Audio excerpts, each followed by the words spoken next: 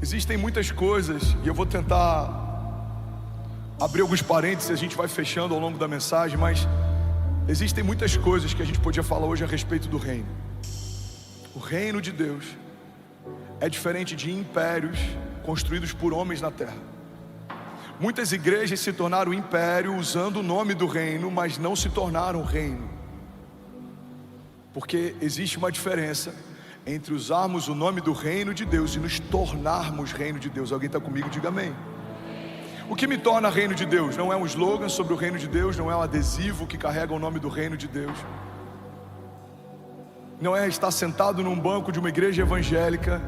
O que me torna parte do reino de Deus é quando eu nasci de novo, nasci do Espírito, me tornei um cidadão do céu. Então eu carrego as características de um cidadão do reino. E se você nasceu de novo, e se você faz parte de um reino, você precisa, eu vou botar entre aspas isso aqui, você precisa ter saudade de casa. Logo, as realidades do reino de Deus precisam atrair o nosso coração mais do que as realidades terrenas. Porque as realidades terrenas, elas são passageiras, transitórias, limitadas. As realidades do reino de Deus, elas são ilimitadas e elas são eternas. Então, sobre cada realidade natural que a gente se depara ao longo da nossa jornada, eu preciso entender que existem realidades superiores, sobrenaturais. Alguém está comigo? Diga amém. Então, quando a gente fala, por exemplo, de cura, a palavra da fé que crê na cura, olha para mim, irmão, não significa negligenciar a doença, não significa fingir que a doença não existe, não significa tratar as realidades naturais como se elas não fossem. Significa estabelecer uma realidade superior à realidade natural que você carrega. Então, se você tem um tumor, o tumor ele é real, faz parte do reino da terra. Mas a cura que vem de Deus, ela é sobrenatural, ela faz parte do reino dos céus. Então eu não vou fechar os meus olhos para uma realidade natural, mas eu vou manter os meus olhos fixados numa realidade sobrenatural. Então, para cada palavra de maldição, eu creio, existem milhares de promessas de Deus a meu respeito.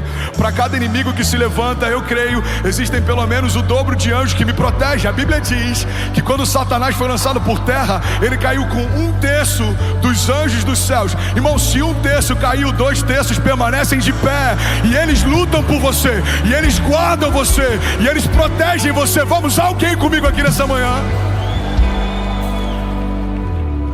Então, literalmente, se legiões vêm contra você, existem milhares e milhares e milhares e milhares de anjos de Deus guardando você. O Senhor dará ordem aos seus anjos ao seu respeito, para que você não tropece em pedra alguma. Isso fala a respeito de um cuidado de Deus. Alguém está comigo? Diga amém. Quando a gente fala sobre vida financeira, a escassez, a falta, ela é uma realidade natural. Não existia antes do pecado entrar no jardim. Porque para pensar, quando o homem foi criado, ele é colocado no jardim. Antes dele sentir fome, já havia alimento. Antes dele sentir sede, já havia a maior reserva potável.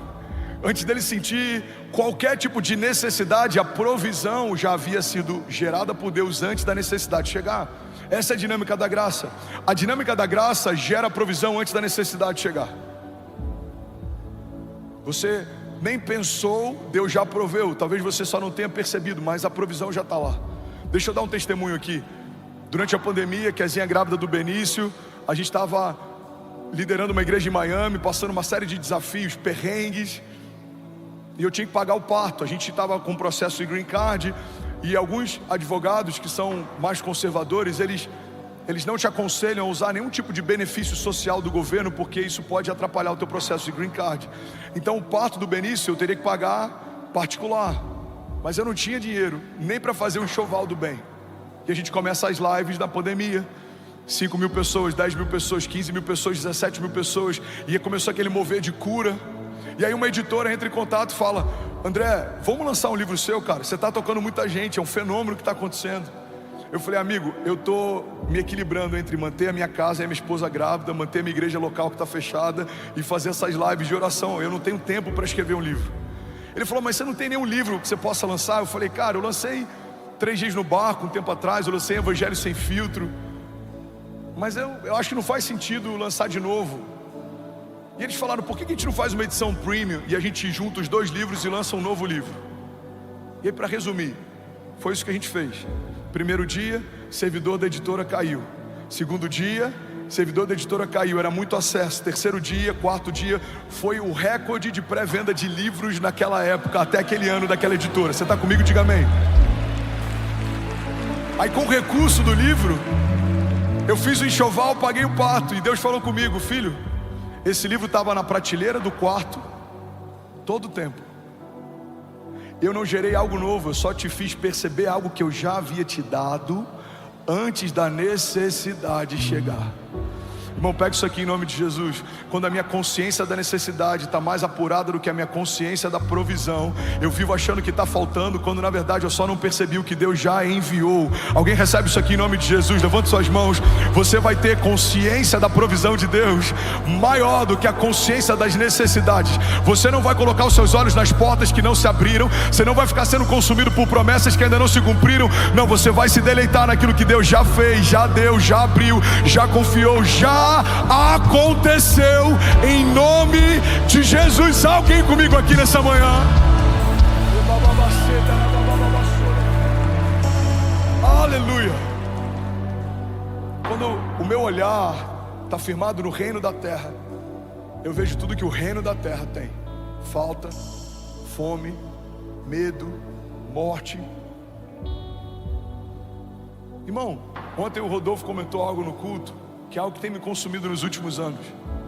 Já percebeu que a gente não vê tantas pessoas se manifestando com demônios nos cultos hoje como a gente via 10 anos atrás? Você acha que os demônios pararam de operar? Você acha que eles entraram de férias, estão no sabático, estão repensando o que eles vão fazer da vida? Eu estou cansado dessa vida de demônio, já tem muito tempo, deixa eu me recolocar no mercado. Não, eles continuam operando, eles só mudaram o modus operandi. Como que hoje Satanás tem operado? Na nossa mente. Você não precisa de uma mão torcida para ser impedido, você só precisa de uma mentalidade cativa. Se você tem uma mentalidade de escassez, você não prospera. Se você tem uma mentalidade de desonra, você não cresce. Se você tem uma mentalidade egoísta, você não celebra o milagre que Deus está fazendo na vida do outro. Isso cria um impedimento do milagre de Deus na sua vida. Se você tem uma mentalidade ligada às coisas da terra, você vive com medo. O medo é uma expressão de dúvida. Pega isso aqui, irmão. O medo, todo tipo de medo, é uma expressão de dúvida. Eu tenho medo de morrer, eu tenho uma dúvida, eu não sei se Deus vai me manter, eu não sei se a minha saúde está bem, eu não sei se eu vou continuar de pé. Eu tenho medo de falir, é uma dúvida, eu não sei se eu vou conseguir suprir a minha empresa, eu não sei se eu vou conseguir manter ela aberta, eu não sei se eu vou pagar os funcionários. Irmão, todo medo é uma expressão de dúvida. E o que é a fé? A fé é o oposto da dúvida. Logo, a fé é o oposto do medo. A fé é uma firme convicção, é a prova de coisas que não se veem. A fé é uma dinâmica de antecipação, é tratar as coisas que não são como se já fossem. A fé significa celebrar o milagre que ainda não chegou como se já tivesse chegado, celebrar a porta que ainda não se abriu como se já tivesse se aberto, celebrar o gigante que ainda não foi derrubado como se ele já estivesse no chão. Alguém está comigo aqui? Diga amém. Então, quando a minha mentalidade está focada só nas coisas do reino natural, eu vivo com medo, porque o reino natural é um reino que não está estabelecido sobre algo que é inabalável. Pelo contrário, o reino natural, ele é abalável, ele é corruptível. A palavra de Deus fala que em um dia, em algum momento, tudo aquilo que é corruptível será revestido de incorruptibilidade, tudo aquilo que é perecível será revestido de eternidade. O que significa isso? Realidade do reino dos céus se estabelecendo sobre as realidades da terra. Você quer um exemplo? Quando Adão peca, quais são as consequências do pecado de Adão? O afastamento do jardim da presença de Deus, mas também algumas sentenças são estabelecidas sobre ele. Alguém está recebendo algo de Deus aqui nessa manhã? Então, a nossa vida passa a ter um prazo de validade de 120 anos, não vai passar.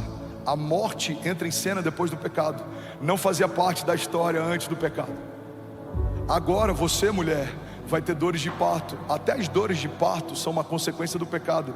Não havia dor na gestação, agora a gente precisa gerar com dores. Mas antes não, a gestação era leve, A partir do pecado, a gestação envolve processo, envolve lágrima, envolve choro. Outra dinâmica: a partir do sol do teu trabalho você vai colher. Ou seja, se você trabalha, tem. Se você trabalha, não tem. Somos reféns da nossa performance. Mas tudo isso é pós-queda. A graça, a redenção, o termo redenção significa resgate. Ou seja, significa que Jesus nos trouxe de volta para as realidades do jardim. Então, irmão, a morte não é mais o final da história de quem está com Jesus. A morte é só um intervalo, porque estamos acessando a vida eterna. Não é só para esses dias que Deus tem palavras para você. Deus tem palavras de vida eterna para você. Aquela declaração de Pedro é uma das mais poderosas que um discípulo poderia dizer naqueles dias. Para onde iremos nós, Senhor, se só Tu tens palavras de vida eterna? Não é mais sobre o suor do teu trabalho. A Bíblia diz: Deus dá àqueles a quem Ele ama enquanto dormem. Fomos feitos herdeiros de Deus e co-herdeiros em Cristo Jesus. Ou seja, antes da graça, eu vivia na medida do suor do meu trabalho. Agora, debaixo da graça, eu vivo na medida da minha semeadura e da minha dependência de Deus. Aquele que semeia pouco, pouco colherá. Aquele que semeia muito, muito colherá. Você vai falar: pastor, mas isso não é performance? Não, não é. A performance debaixo da graça ela é diferente. Você semeia 1, você colhe 30. Você semeia 1, você colhe 100. Você semeia 1, você colhe 1000 vezes mais. Irmão, o que você vai colher não é proporcional ao que você semeou. Você vai fazer o que você pode fazer, mas o Senhor vai fazer por você aquilo que só o Senhor poderia fazer. Alguém aqui está comigo nessa manhã? Diga amém. Mas quando a minha mentalidade está na terra, eu vivo debaixo de estratégias humanas. Quando a minha mentalidade está nos céus, eu vivo debaixo de uma agenda de Deus. Quando a minha mentalidade está ligada só na terra, eu vivo em busca de oportunidades. Quando a minha mentalidade está focada no reino de Deus, eu vivo debaixo de uma palavra. Você sabe de onde surgiu o termo oportunidade? Quando os ventos eram favoráveis, as pessoas gritavam no porto que havia uma oportunidade. Oportunidade significa ventos favoráveis para você zarpar. O problema é que quando a gente vive em busca de oportunidade, a gente pode entrar em qualquer barco só porque o vento é bom. Mas você que nasceu de novo e faz parte do reino de Deus, olha para mim. Nem toda porta é para você, nem toda boa ideia é uma boa ideia de Deus para você, nem toda aliança é uma aliança de Deus para você, nem tudo que funciona para você, porque você não é mais alguém que depende de oportunidades, você agora é alguém que caminha debaixo de uma palavra de Deus. Tá todo mundo indo para lá, pastor, o problema é deles. Você vai para onde Deus te mandou ir, porque Abraão abriu mão da terra, da parentela, do conforto e foi para um lugar que Deus mandou ele ir. Prosperou no meio do deserto, se tornou pai da fé, foi pai mesmo enquanto ainda era velho e a sua mulher era estéril. Abraão viveu aquilo que a oportunidade não daria, aquilo que a geografia não daria, mas ele estava debaixo de uma palavra de Deus. Irmão, guarda isso, é melhor estar com Deus enfrentando dias difíceis do que estar caminhando sem Deus em busca de uma terra de oportunidades, porque quem vive de oportunidade em oportunidade é oportunista, mas quem vive debaixo de uma palavra de Deus faz parte do reino de Deus. Alguém comigo aqui nessa manhã? Bom, você acabou de assistir uma mensagem aqui do nosso canal.